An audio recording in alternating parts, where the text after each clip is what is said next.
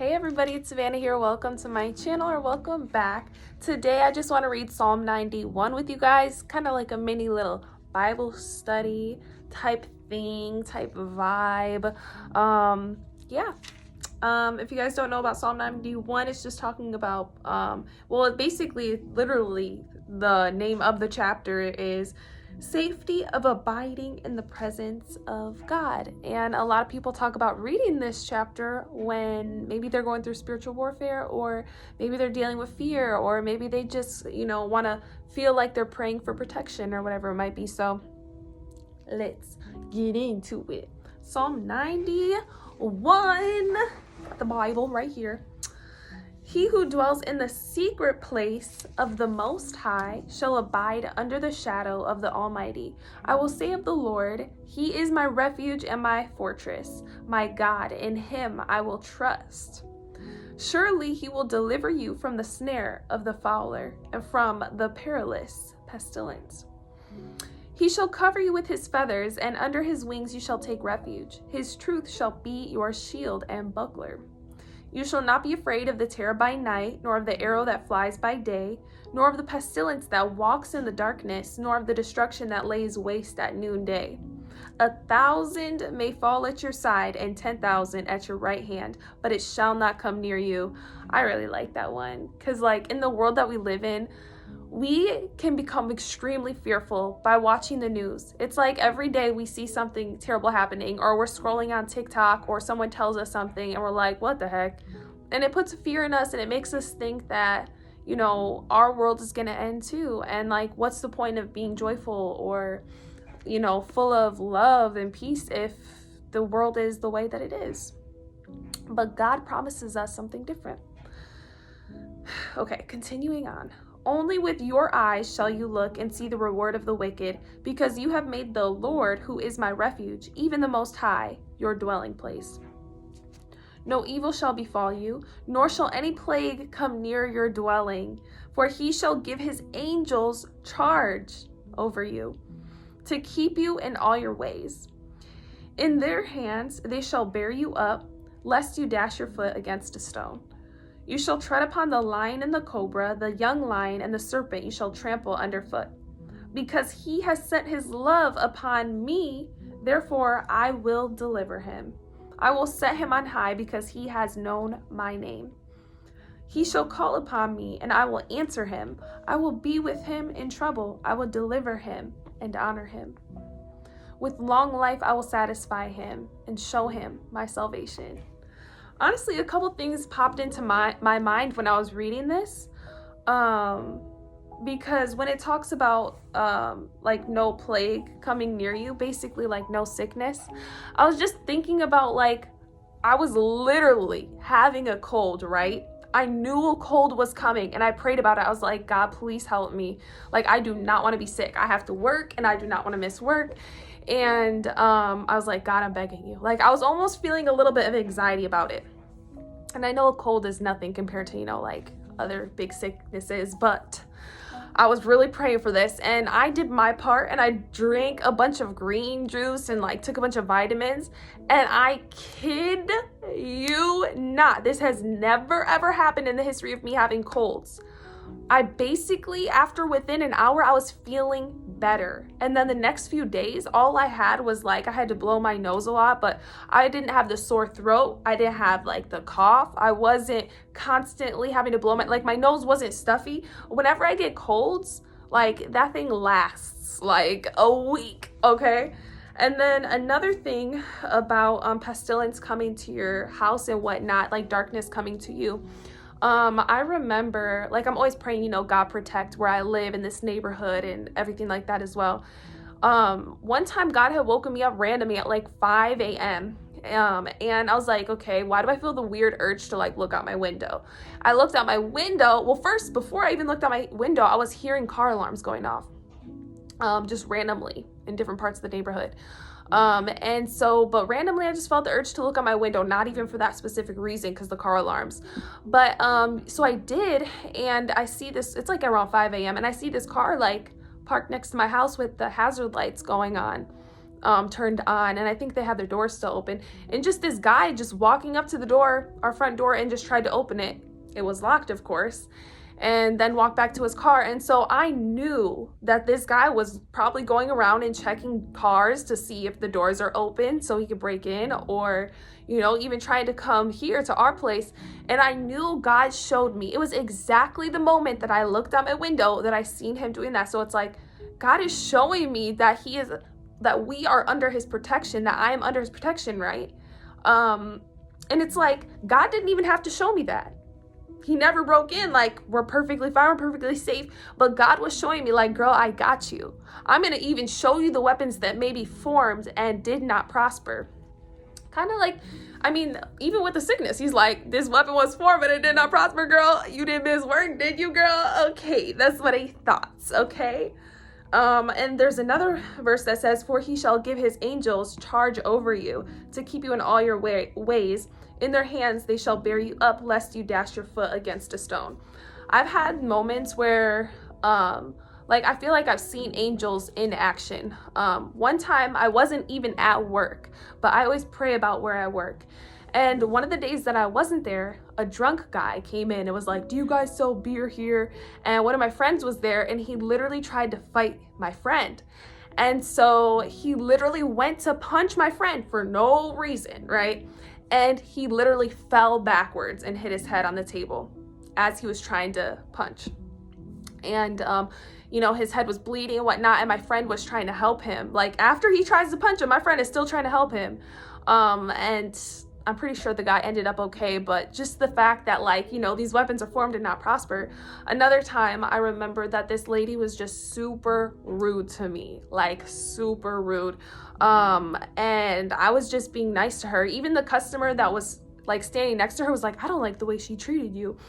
And so I was still being, really nice and respectful and whatnot. And when the lady went to go pay, across the store or whatever, she fell backwards. She did not trip on anything. She simply just fell backwards. And it made me think of the one guy who just randomly fell backwards. And the customer was like, oh, that's karma or whatever. And in my head, I'm like, no, I know that's not karma. That is God. And in my head, I'm like, is it that serious? You know what I'm saying? That if she was to be really rude to me, that she would fall backwards like that? Like, in my head, I'm thinking, that's kind of a lot. Isn't that kind of a lot? Like, did she really have to fall? But that could be angels. I don't know. I feel like it's not a coincidence because it happened right after. But, and just moments where, so crazy. I remember one time, this one guy asked me for a ride because he ran out of gas. I don't think I'll ever do this again, but I just was feeling like I should for some reason. But if I ever were to do that, God would have to tell me, go give that person a ride, because I don't think that's a safe thing to do, is just for a female as myself to give a male a ride. So I was giving him a ride, and he had this brown van, of course, creepy, right? And just parked in the small parking lot in an area where it's if you're running out of gas, that's not a place you run out of gas. So it's kind of sketchy. And so as I'm pulling up to drop him off at his van or whatever, there's a car right behind me. And I'm like, oh, there's a car right behind me. They are following me. And there's no reason for this car to be following me, because they could go around me. They could go anywhere, because it's a huge parking lot that's empty. And he's like, oh, really? And he sees it. And then he just gets out and goes to his van. So if that car wasn't there, or, if God wasn't setting up things a certain way, who knows what would have happened. And I've definitely learned from certain situations. Oh, there's another situation. Hopefully you guys aren't getting bored. This might be the last story.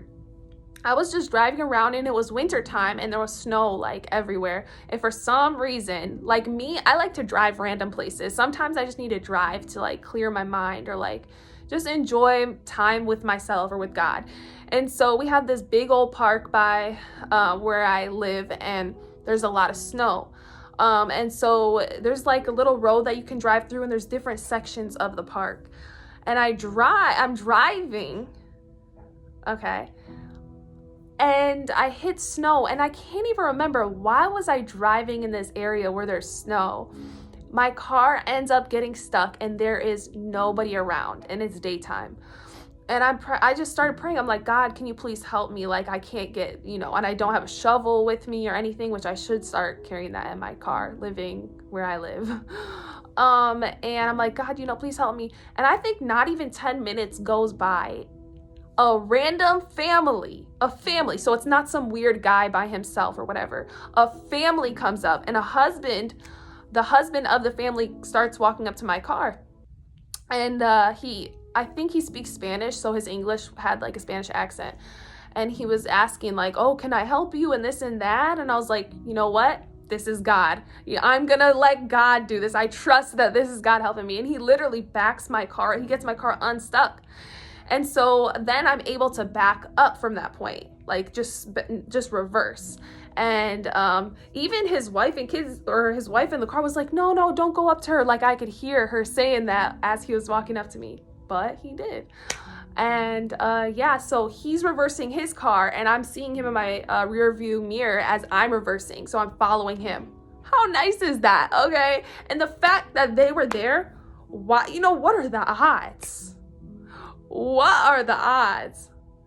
Okay, what are the odds that they would be there at that time? Like, man. So I'm sure there's so many more other stories that I could tell, but those are just a few times where God has really shown up for me, and it's like, I know it's him. Like, it's not just a coincidence almost thing, you know what I'm saying? And yes, God will keep you safe. No matter what you see around you, like when it says 1,000 may fall at your side and 10,000 at your right hand, but it shall not come near you. If you obey God and you are truly seeking him with your heart, you know what I'm saying? Like, there's gonna be times where you're not perfect, right? But if you truly love God and are seeking him and trying to be the best that you can, he is going to reward you, and he is going to keep you safe. And if there's a sin in your life where you feel like you are chained to that sin, let me tell you, you're not the only one, okay? And I was just reading the daily Bible verse today, talking about that, you have not been overcome with a temptation that is not common to man. I don't think that's the exact words, and it says that God always makes a way out. I've noticed that things that I've been chained to, I had to literally come to God and say, God, I pray that you make me hate this sin as much as you do. Make me as disgusted with it as much as you do. Help me to see it that way that you do, and understand it and see, what comes of it. And I noticed that a lot of things that I was doing, it would just lead me into a darker hole, make me more depressed, anxious, fearful, and ultimately, that's all sin does. It just leads you to death. Ultimately, it leads you to death. So if you do feel like you're stuck to something, simply come to God and ask him to help you. And sometimes you might have to do a little fast. I talked a little bit about fasting on my channel, but there's different fasts that you can do.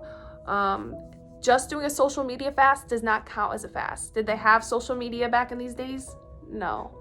You have to empty yourself out so that you allow God to fill you up. So the more that you empty yourself out and you kill your flesh, which is like the part of you that wants food, the part of you that has certain desires that is not godly, you have to kill that part of yourself. That way God can really pour into you in a more powerful way. Not saying that he won't do that if you're not fasting, but if you are desperate for a move of God, that is something that I recommend. But yeah, guys, I have faith that you will be transformed. I have faith that if you continue on this journey with God, things are going to start working out for you. Life will not be perfect, but God will make you better and stronger. And even if I don't talk about struggles on this channel, I don't want you guys to think I'm perfect, or that my life, you know what I'm saying, that I don't go through hard times. You know what I'm saying? A lot of times I turn this camera on and I just want to be positive for you guys. Sorry, my phone was at low battery. I turn this camera on and I just want to be positive for you guys, because this world is already filled with too much negativity. You know what I'm saying? So I'm trying to make it better. And yeah. Well, that's it for this video, you guys. I hope that it helped you, and I hope you guys have a blessed day or night. You guys know the saying, blessed day or night, or whenever you're watching this. I'm starting to forget what I say. And yeah, love you guys. Bye.